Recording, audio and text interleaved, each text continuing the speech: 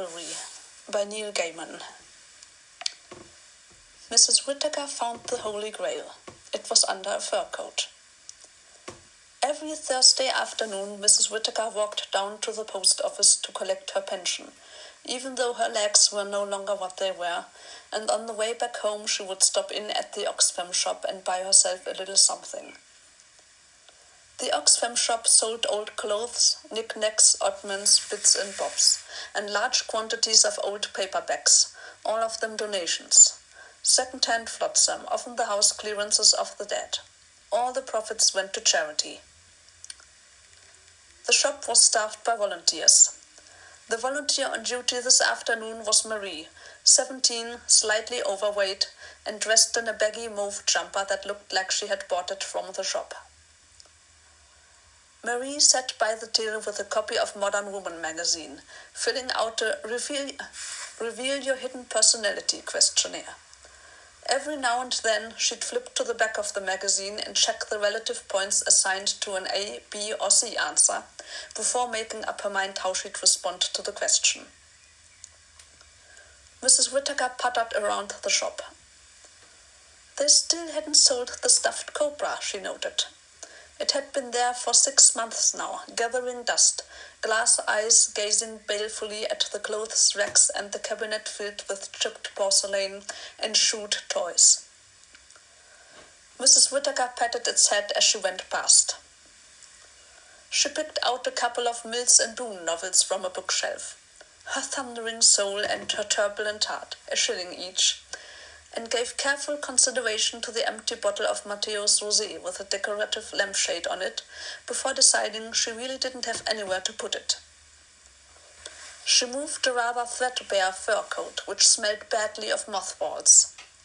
Underneath it was a walking stick and a water-stained copy of Romance and Legend of Chivalry by A.R. Hope Moncrief, priced at 5 pence. Next to the book, on its side, was the Holy Grail. It had a little round paper sticker on the base, and written on it, in felt pen, was the price.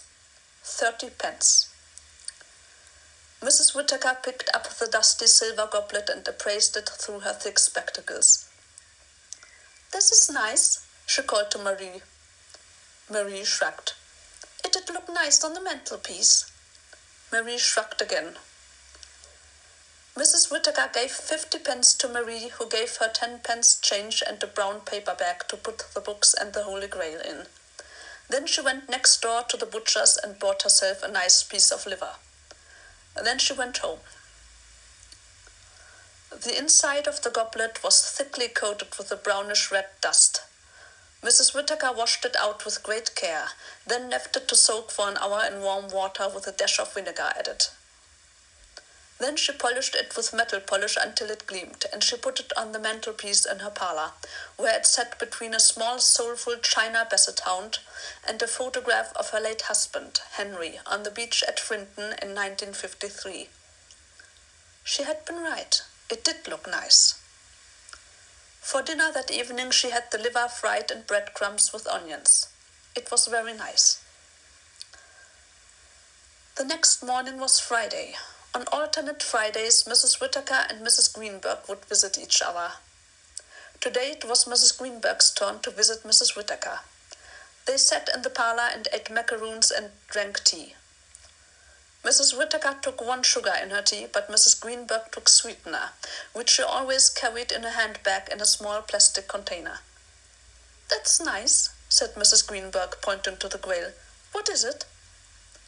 "It's the Holy Grail," said Mrs. Whittaker. "It's the cup that Jesus drank out of at the Last Supper. Later, at the crucifixion, it caught his precious blood when the centurion's spear pierced his side." Mrs. Greenberg sniffed. She was small and Jewish and didn't hold with unsanitary things. "I wouldn't know about that," she said, "but it's very nice. Our Myron got one just like that when he won the swimming tournament, only it's got his name on the side." "Is he still with that nice girl? The hairdresser?" "Bernice? Oh, yes, they're thinking of getting engaged," said Mrs. Greenberg. "That's nice," said Mrs. Whittaker. She took another macaroon. Mrs. Greenberg baked her own macaroons and brought them over every alternate Friday. Small, sweet, light brown biscuits with almonds on top. They talked about Myron and Bernice and Mrs. Whittaker's nephew Ronald. She'd had no children. And about their friend Mrs. Perkins, who was in the hospital with her hip. Poor dear. At midday, Mrs. Greenberg went home, and Mrs. Whittaker made herself cheese on toast for lunch, and after lunch Mrs. Whittaker took her pills. The white and the red and 2 little orange ones. The doorbell rang. Mrs. Whittaker answered the door. It was a young man with shoulder-length hair so fair it was almost white, wearing gleaming silver armor with a white surcoat. "Hello," he said. "Hello," said Mrs. Whittaker. "I'm on a quest," he said. "That's nice," said Mrs. Whittaker, non-committally. "Can I come in?" he asked. Mrs. Whittaker shook her head. "I'm sorry, I don't think so," she said. "I'm on a quest for the Holy Grail," the young man said. "Is it here?" "Have you got any identification?" Mrs. Whittaker asked. She knew that it was unwise to let unidentified strangers into your home when you were elderly and living on your own. Handbags get emptied, and worse than that. The young man went back down the garden path.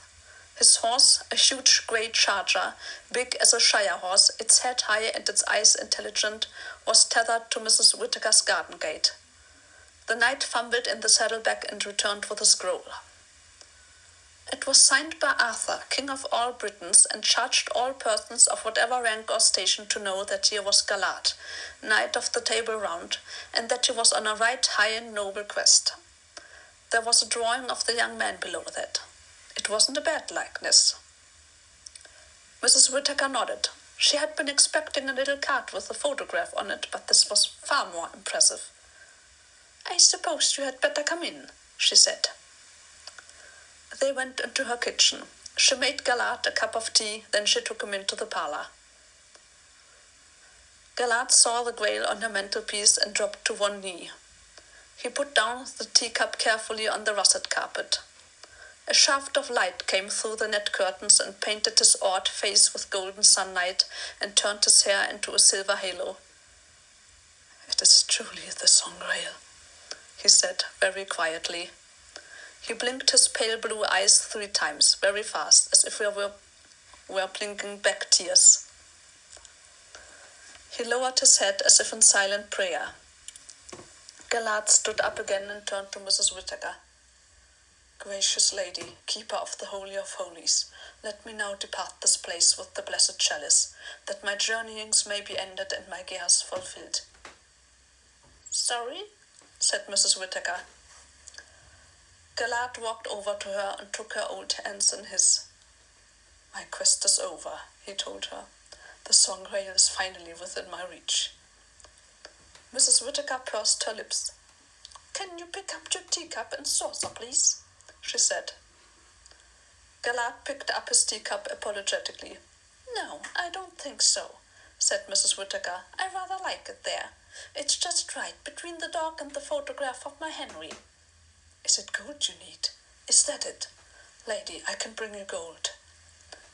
"No," said Mrs. Whittaker. "I don't want any gold, thank you. I'm simply not interested." She ushered Galad to the front door. "Nice to meet you," she said. His horse was leaning its head over her garden fence, nibbling her gladioli. Several of the neighborhood children were standing on the pavement, watching it.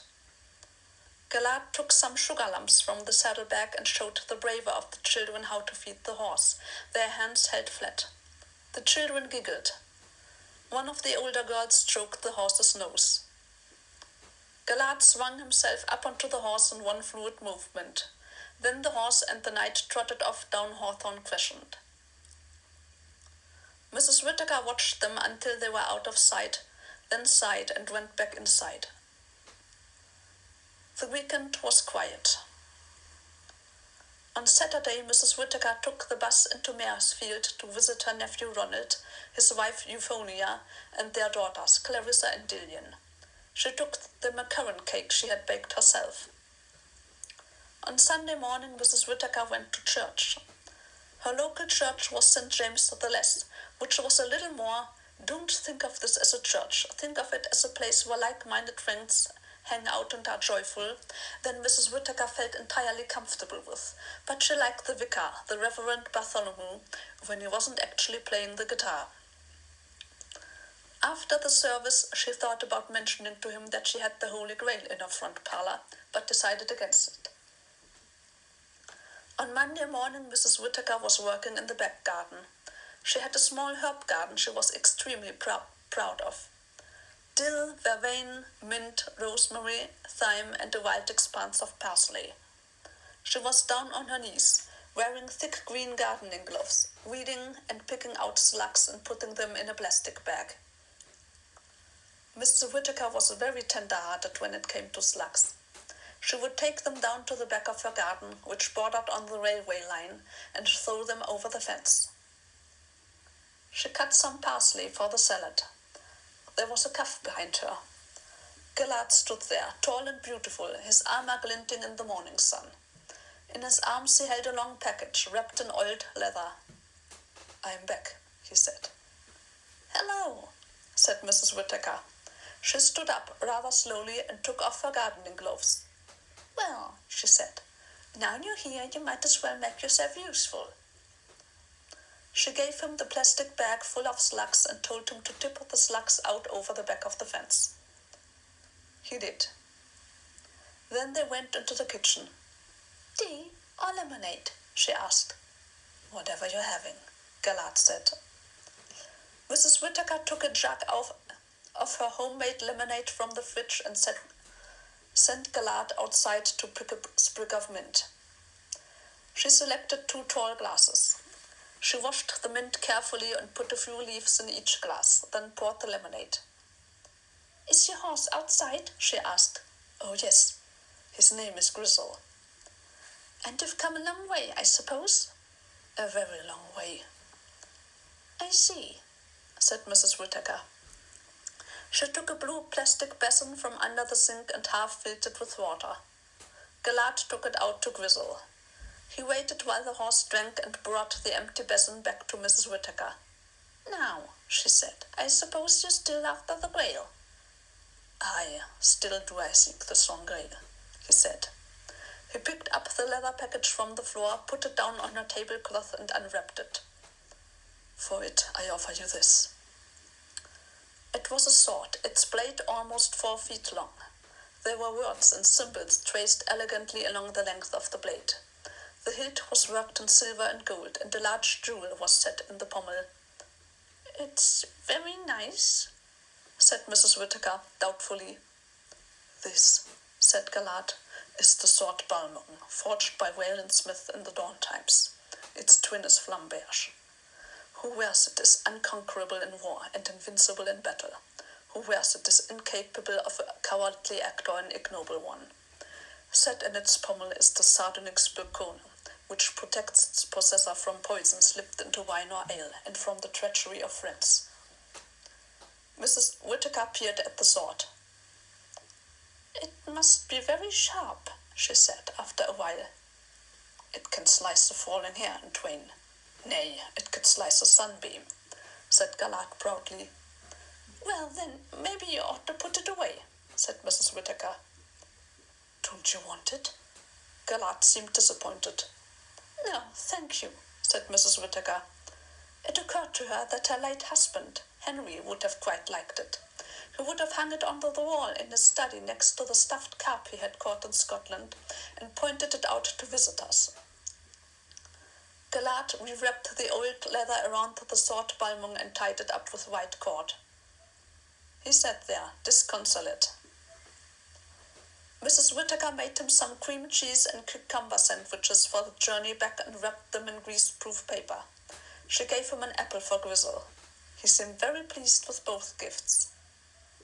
She waved them both goodbye. That afternoon she took the bus down to the hospital to see Mrs. Perkins, who was still in with her hip, poor love. Mrs. Whittaker took her some homemade fruit cake, although she had left out the walnuts from the recipe, because Mrs. Perkins's teeth weren't what they used to be. She watched a little television that evening and had an early night. On Tuesday, the postman called. Mrs. Whittaker was up in the box room at the top of the house, doing a spot of tidying and taking each step slowly and carefully. She didn't make it downstairs in time.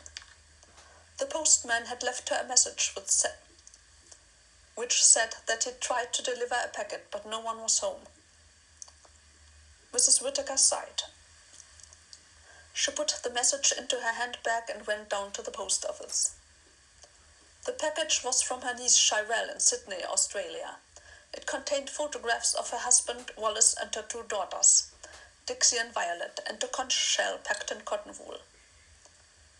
Mrs. Whittaker had a number of ornamental shells in her bedroom. Her favorite had a view of the Bahamas done on it in enamel.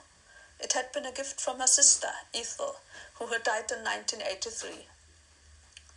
She put the shell and the photographs in her shopping bag. Then, seeing that she was in the area, she stopped in at the Oxfam shop on her way home. "Hello, Mrs. W," said Marie. Mrs. Whittaker stared at her.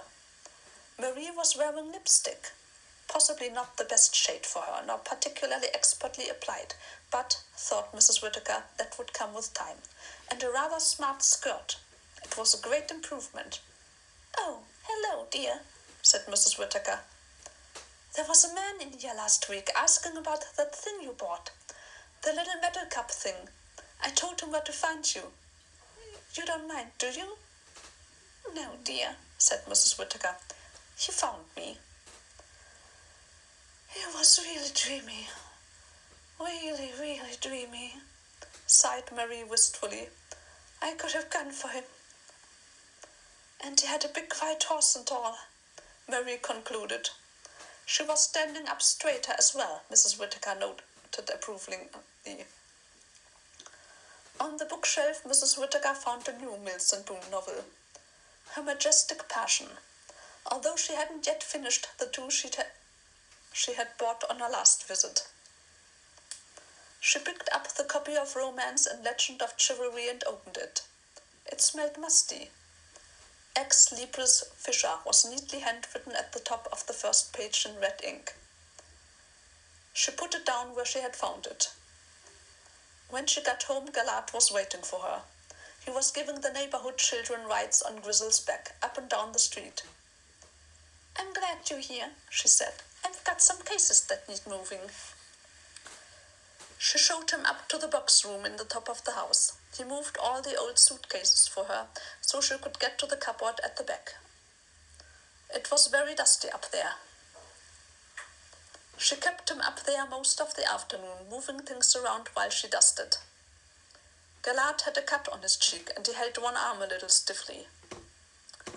They talked a little while she dusted and tidied. Mrs. Whittaker told him about her late husband, Henry, and how the life insurance had paid the house off, and how she had all these things, but no one really to leave them to, no one but Ronald really, and his wife only liked modern things.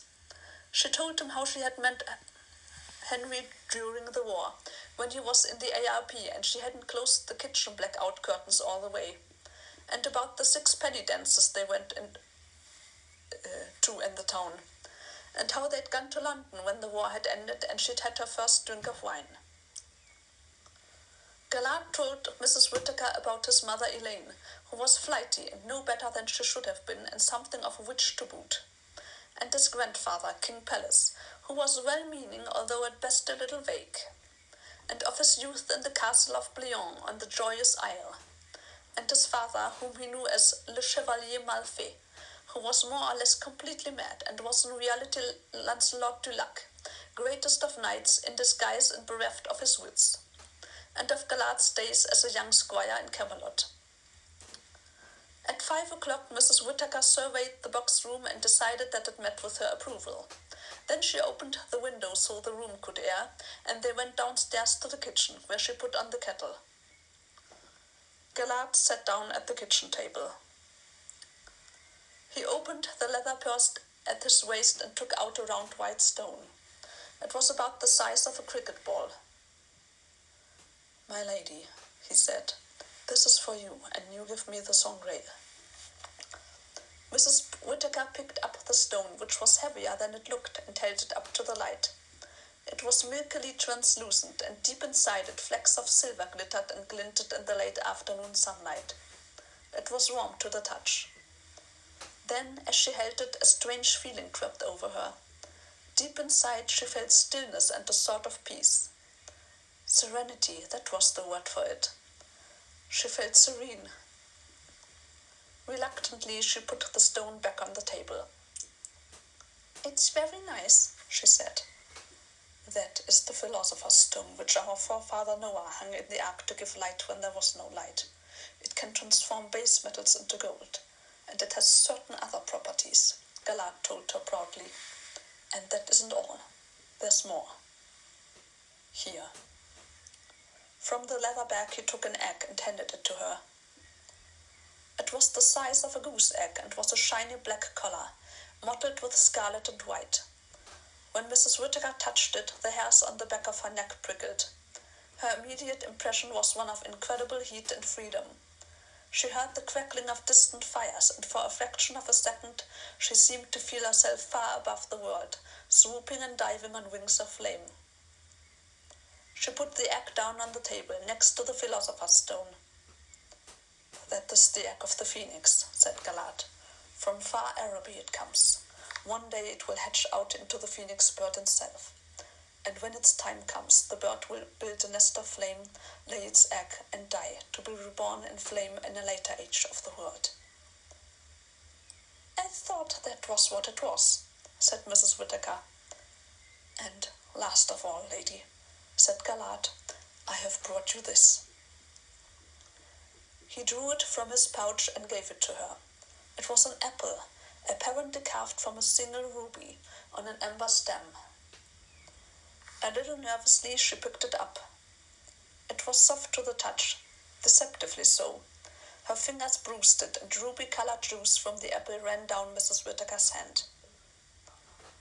The kitchen filled, almost imperceptibly, magically, with the smell of summer fruit, of raspberries and peaches and strawberries and red currants. As if from a great way away she heard distant voices raised in song and far music on the air. "It is one of the apples of the Hesperides," said Galad quietly. "One bite from it will heal any illness or wound, no matter how deep. A second bite restores youth and beauty, and a third bite is said to grant eternal life." Mrs. Whittaker licked the sticky juice from her hand. It tasted like fine wine. There was a moment then when it all came back to her.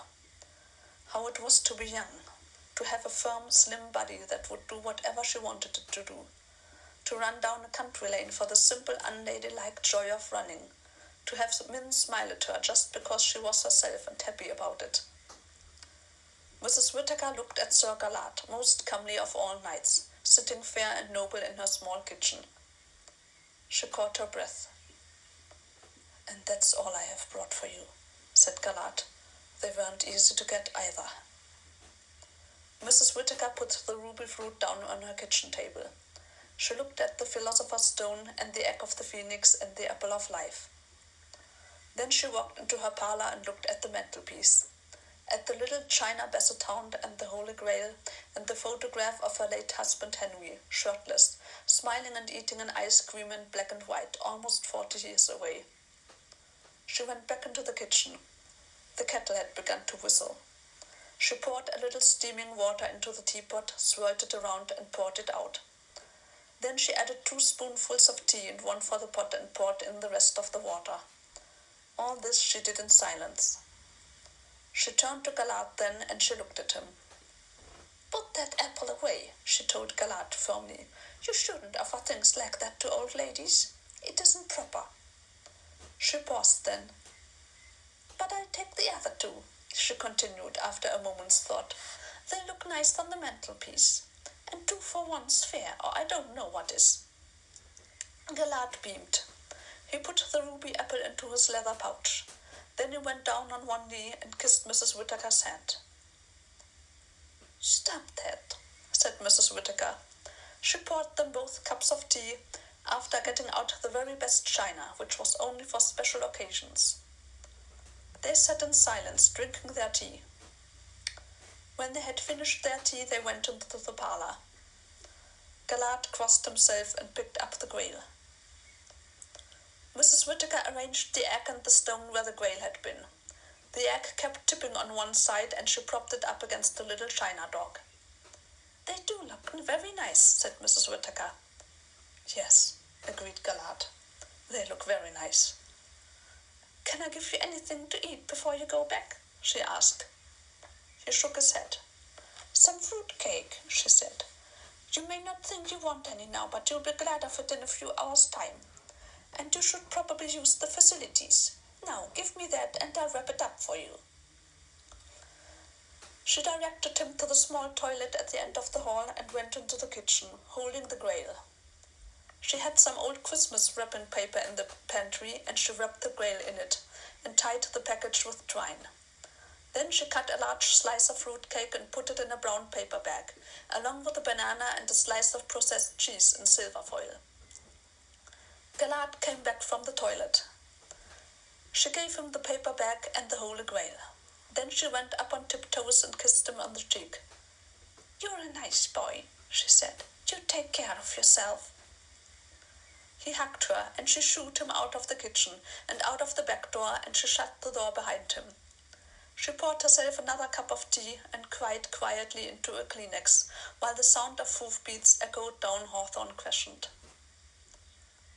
On Wednesday, Mrs. Whittaker stayed in all day. On Thursday, she went down to the post office to collect her pension. Then she stopped in at the Oxfam shop. The woman on the till was new to her. "Where's Marie?" asked Mrs. Whittaker. The woman on the till, who had blue rinsed grey hair and blue spectacles that went up into diamond points, shook her head and shrugged her shoulders. "She went off with a young man," she said, "on a horse. Chip! I ask you. I meant to be down in the Heathfield shop this afternoon. I had to get my journey to run me up here, while we find someone else." "Oh," said Mrs. Whittaker. "Well, it's nice that she's found herself a young man." "Nice for her, maybe," said the lady on the till, "but some of us were meant to be in Heathfield this afternoon."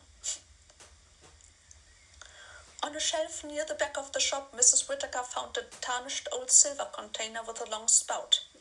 It had been priced at 60p, according to the little paper label stuck to the side. It looked a little like a flattened, elongated teapot. She picked out a Mills and Boon novel she hadn't read before. It was called Her Singular Love.